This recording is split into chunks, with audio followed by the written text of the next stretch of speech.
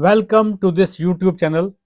इससे पहले कि मैं आपको आज के टॉपिक के बारे में डिस्कस करूं, मैं कुछ ज़रूरी इंतबाह आपको करना चाहूँगा।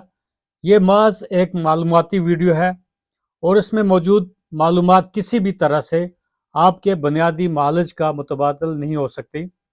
इस वीडियो में मौजूद मालूमात की बुनियाद पर हरगिज़ अपनी बीमारी की तशख़ीस या इलाज करने की कोशिश मत करें, बल्कि अपने सेहत के किसी भी मसला की सूरत में फौरी तौर अपने बुनियादी डॉक्टर से रब्ता करें। शुक्रिया। तो डिस्क्लेमर अलर्ट मैंने आपको बता दिया। आज का टॉपिक मैंने जो सिलेक्ट किया हुआ है डिस्कशन के लिए, वो है hypertension and it's complications. Blood pressure एक आइडियल ब्लड प्रेशर होना चाहिए या ऑप्टिमल ब्लड प्रेशर होना चाहिए, नॉर्मल ब्लड प्रेशर होना चाहिए या परफेक्ट ब्लड प्रेशर होना चाहिए। करंट डिफिनेशन जो ब्लड प्रेशर की है, सिस्टोलिक ब्लड प्रेशर जो है, अगर 130 मिलीमीटर ऑफ मर्करी के बराबर या उससे ज़्यादा, और diastolic blood pressure 80 millimetre of mercury या उससे ज़्यादा, तो उसको हाइपरटेंशन बोला जाता है। मेडिकल पॉइंट ऑफ व्यू से मैं आपको बताऊंगा कॉम्प्लिकेशंस जो ब्लड प्रेशर की हैं, वो नेफ्रोपैथी, रेटिनोपैथी, न्यूरोपैथी वगैरह होती है। लेकिन आपको ये चीज़ें डॉक्टर्स को समझ आएंगी, आम लोगों को ये चीज़ें समझ नहीं आएंगी।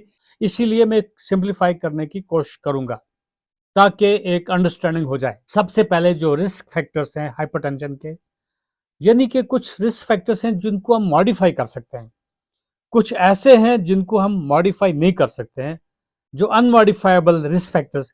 यानी कि अगर आप 65 ईयर्स ऑफ एज से ज़्यादा हैं तो आप छोटे तो हो नहीं सकते, जवान बन नहीं सकते। अगर आप मेल हैं तो फीमेल बन नहीं सकते। जो मॉडिफाइबल रिस्क फैक्टर्स हैं वो डिपेंड करता है अनहेल्दी डाइट्स, यानी कि आपका ज़्यादा नमकियात लेना, एक्सेसिव साल्ट कंजप्शन, फ्रूट्स या वेजिटेबल्स का कम लेना, physical inactivity, consumption of tobacco यानी कि स्मोकिंग है, अल्कोहल है, ओवरवेट होना, ओबेसिटी। कुछ एनवायरमेंटल फैक्टर्स भी हो सकते हैं हाइपरटेंशन के, एयर पोल्यूशन वगैरह रिलेटेड भी चीज़ें हो सकती है। स्ट्रेस, एंग्जाइटी, हाइपोथायराइडिज्म या अदर डिजीजेस, वो प्राइमरी काजेज ऑफ हाइपरटेंशन या सेकेंडरी काजेज ऑफ हाइपरटेंशन, वो अलग बातें हैं। जो रिस्क फैक्टर्स हैं ये हैं मॉडिफाइबल रिस्क फैक्टर्स, यानी कि आपका सेडेंटरी लाइफस्टाइल है, आप उसको चेंज कर सकते हैं। नॉन मॉडिफाइबल रिस्क फैक्टर्स हैं, यानी अगर किसी की फैमिली हिस्ट्री है हाइपरटेंशन की, तो फैमिली में दूसरे लोगों को भी हाइपरटेंशन हो सकती है। Non modifiable other risk factors हैं, जैसे 65 साल की उम्र से ज़्यादा, कुछ अंडरलाइंग डिजीजेज है जैसे डायबिटीज़ है, किडनी डिजीज है, प्री एग्जिस्टिंग है, तो वो नॉन मॉडिफाइबल रिस्क फैक्टर्स हैं। हाँ, डायबिटीज़ को मॉडिफाई करके अगर मैनेज किया जाए तो कुछ कॉम्प्लिकेशंस टाली जा सकती हैं। चूँकि medicine is like an ocean, लेकिन मैं कोशिश करता हूँ कि हम बिल्कुल टू द पॉइंट बोलने की मैं कोशिश करूँगा।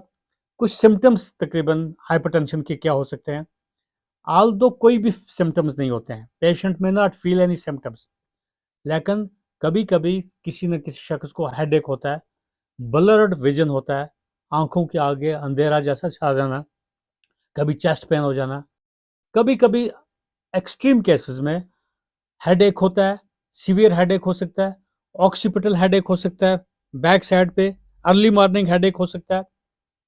इस तरीके से डिजीनेस है, या आपको कहीं दम जैसा घुट रहा होगा, कभी आपको एंग्जाइटी, कन्फ्यूजन वगैरह ऐसा लगेगा, कानों में बजिंग इन द ईयर्स होगा।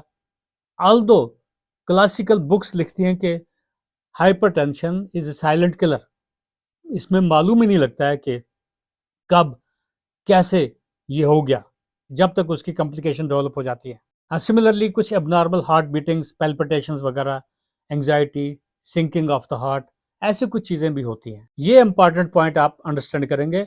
हाइपरटेंशन को हम कब बोलते हैं कि ये कंट्रोल्ड है, जब भी systolic blood pressure 140 millimetre of mercury से कम होगा और diastolic blood pressure 90 millimetre of mercury से कम होगा विद मेडिकेशंस और लाइफस्टाइल मॉडिफिकेशंस, उसका मतलब है कि ब्लड प्रेशर कंट्रोल्ड है। अब डिपेंड करता है डिफरेंट एज में डिफरेंट टाइप के पैरामीटर्स हैं और गाइडलाइंस क्या हैं, तो मैं थोड़ा ब्रीफ करने की कोशिश करूंगा कि कॉम्प्लिकेशंस ऑफ हाइपरटेंशन है वो मैं आपको आगे बताने की कोशिश कर रहा हूँ। सबसे ज़्यादा जो डेंजरस कॉम्प्लिकेशन है हाइपरटेंशन की वो है ब्रेन के ऊपर प्रॉब्लम हो जाना, स्ट्रोक।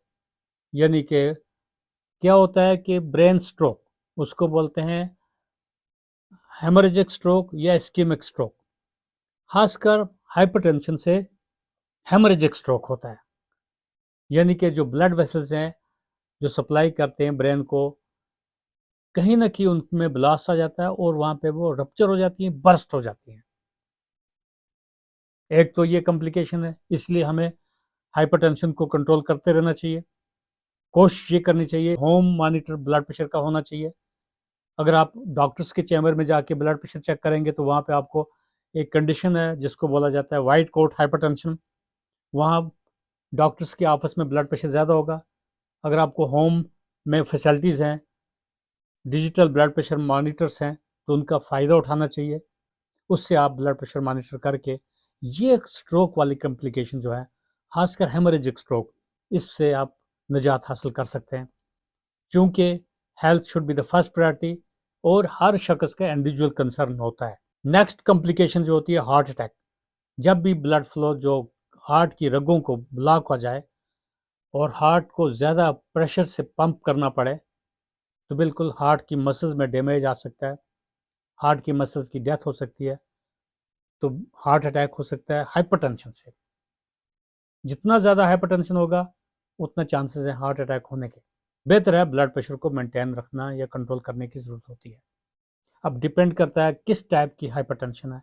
एक्सेलरेटेड हाइपरटेंशन है, फर्स्ट टाइम डिटेक्टेड हाइपरटेंशन है, यंग हाइपरटेंशन है, प्रेगनेंसी में हाइपरटेंशन है, जेस्टेशनल हाइपरटेंशन या pregnancy induced hypertension.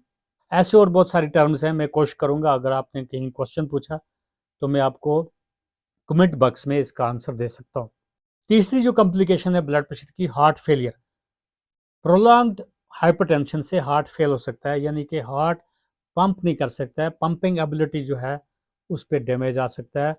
Back pressure आप समझ लीजिए, right sided heart failure, left sided heart failure. Most dangerous जो कॉम्प्लिकेशंस हैं अक्सर देखा जाता है साइलेंटली, पता ही नहीं चलता है किडनीज डैमेज हुए होते हैं, किडनी फेलियर तक, डायलिसिस तक नौबत पहुंच जाती है। क्योंकि ब्लड प्रेशर एक साइलेंट किलर है, ये डेंजरस है, इसलिए किडनीज को डैमेज से बचाने के लिए ब्लड प्रेशर इसीलिए चेक करना होता है। और अपने फैमिली फिजिशियन से कांटेक्ट रखा कीजिए, वो आपको हेल्प करेंगे।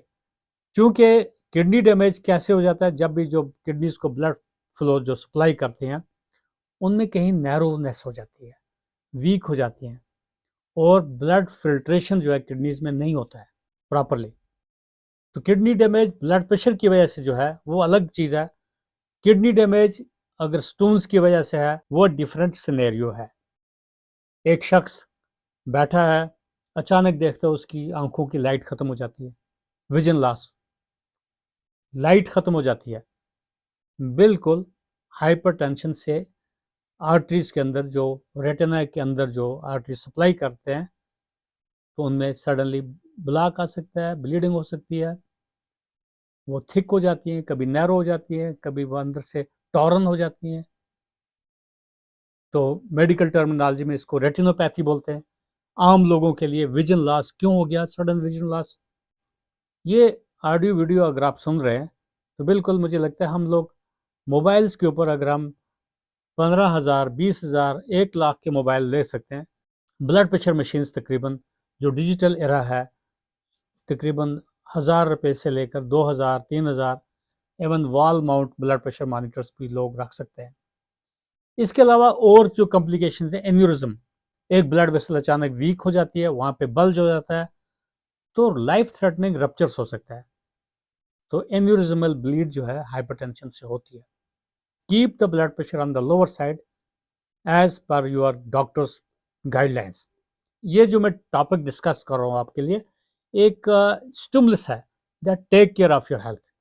नेक्स्ट जो कॉम्प्लिकेशन है पेरिफेरल आर्टेरियल डिजीजेस, यानी कि आर्टरीज जो है हार्ड हो जाती हैं, इसको थिकनिंग हो जाती है, उनकी इजीली उनके अंदर ब्लड फ्लो आसानी से नहीं होता है। ओल्ड एज में कहीं एथेरोस्क्लेरोसिस हो जाता है। सो रगों को पेटेंसी, आपका जो ब्लड फ्लो हर पार्ट यानी कार्डियोवैस्कुलर सिस्टम जो है, इसको ओपन रखना है। इसमें अगर कोलेस्ट्रॉल ज़्यादा है उसको ठीक करना है, किडनीज़ को अगर डैमेज हो गया तो उसका केयर करना है। सिमिलरली कॉम्प्लिकेशन जो प्रेगनेंसी में है, प्री एक्लेम्पसिया या एक्लेम्पसिया, ऐसी कंडीशंस होती हैं। प्रेफरेबली आपको क्या करना चाहिए, इस वीडियो को सुन के जो लोग हाइपरटेंशन में ऑलरेडी डायग्नोसिस है, तो ये कुछ टिप्स हैं, अंडरस्टैंड करेंगे तो अपने प्रोफेशनल जो डॉक्टर्स हैं उनसे आप रब्ता रखेंगे, वो आपको गाइडलाइंस बताएंगे। ब्लड प्रेशर की जो ट्रीटमेंट है वो फार्माकोलॉजिकल ट्रीटमेंट है और नॉन फार्माकोलॉजिकल ट्रीटमेंट है। फार्माकोलॉजिकल ट्रीटमेंट मीन्स आपको मेडिसिन लेनी है। नॉन फार्माकोलॉजिकल ट्रीटमेंट यानी कि आपको वो चीज़ें देखनी है जिससे आपका रिस्क्स जो हैं हाइपरटेंशन डेवलप होने के वो प्रिवेंट हो जाए। यानी कि आपको सीडेंटरी लाइफस्टाइल नहीं रखना है। आपको फार्मूला है, हर 20 मिनट के बाद उठ के आपको चलना है। Don't stop. आपके पास स्मार्ट वॉच हैं, यूटिलाइज दो स्मार्ट वॉच। उससे क्या होता है, आपको स्मार्ट वॉच ऑटोमेटिकली बोलती हैं भाई उठो, आपने 20 मिनट से ज़्यादा आप बैठ चुके हो, आपकी सीडेंटरी लाइफस्टाइल है, तो कुछ रिस्क फैक्टर्स हैं, इनको मॉडिफाई करना चाहिए। मुझे उम्मीद है कि मेरी ये चीज़ें आपको हेल्पफुल साबित होती रहेंगी। All the best till next video. खुदा हाफिज़।